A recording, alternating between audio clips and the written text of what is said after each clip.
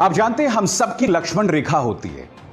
कुछ हदें होती हैं जिसे हम कभी पार नहीं करते, मगर भारतीय जनता पार्टी के लिए, सत्ताधारी भारतीय जनता पार्टी और उनके नेताओं के लिए कोई हदें नहीं है, कोई लक्ष्मण रेखा नहीं है। और उसकी एक आदर्श मिसाल है ये महोदय संबित पात्रा।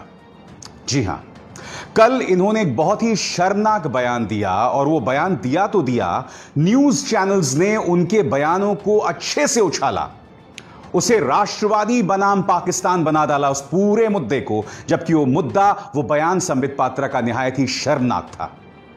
वो बयान क्या था मैं आपको बताता हूं। दरअसल ट्वीट था। एक 3 साल का बच्चा अपने दादाजी की छाती पर बैठा हुआ था, मगर उसका दादाजी, उसे मौत के घाट उतार दिया गया था, गोलियों से छलनी कर दिया गया था। उसकी लाश पड़ी हुई थी और वो 3 साल का बच्चा जो है अपने दादाजी की छाती पर बैठा हुआ था। संबित पात्रा ने इस तस्वीर को उठाकर एक ट्वीट किया, पुलिट्जर लवर्स, यानी कि कहीं ना कहीं संबित पात्रा यह ताना दे रहे थे, कहां गए पुलिट्जर प्रेमी। ऐसा वो क्यों कह रहे थे? क्योंकि आपको याद होगा कुछ दिनों पहले जम्मू कश्मीर के रहने वाले 3 फोटोग्राफर्स को पुलिट्जर ने सम्मानित किया था। संबित पात्रा ने आओ देखा ना ताओ, ना मौका देखा, ना गरिमा देखी, ना उस बच्चे की संवेदनशीलता को देखा, ना उसकी प्राइवेसी देखी, और संबित पात्रा ने वो ट्वीट उठाकर ताना मार दिया अपने राजनीतिक विरोधियों पर। और न सिर्फ ताना मारा, बल्कि जिन लोगों ने उस पर सवाल उठाया कि संबित पात्रा आप इतना संवेदनहीन बयान कैसे दे सकते हैं, एक बच्चा जो अपने दादा की छाती पर बैठा हुआ है, मृत दादा की छाती पर बैठा हुआ है, उस पर उसका आप राजनीतिक इस्तेमाल क्यों कर सकते हैं? संबित पात्रा ने उस पूरे मुद्दे को बीजेपी वर्सेस पाकिस्तान बना दिया।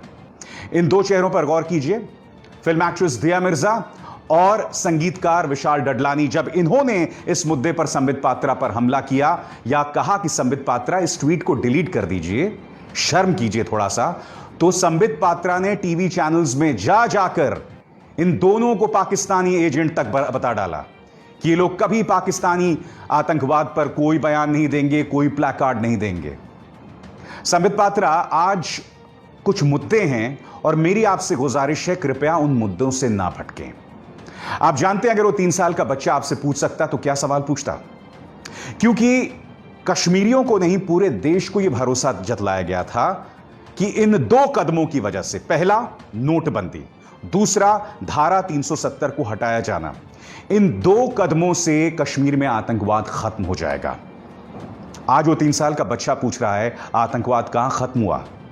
क्योंकि अगर आतंकवाद खत्म हुआ होता तो मेरे दादाजी इस तरह से जमीन पर पड़े ना होते, खून से लथपथ, जिनकी तस्वीर को तुमने संबित पात्रा इस्तेमाल किया अपनी ओछी राजनीति के लिए।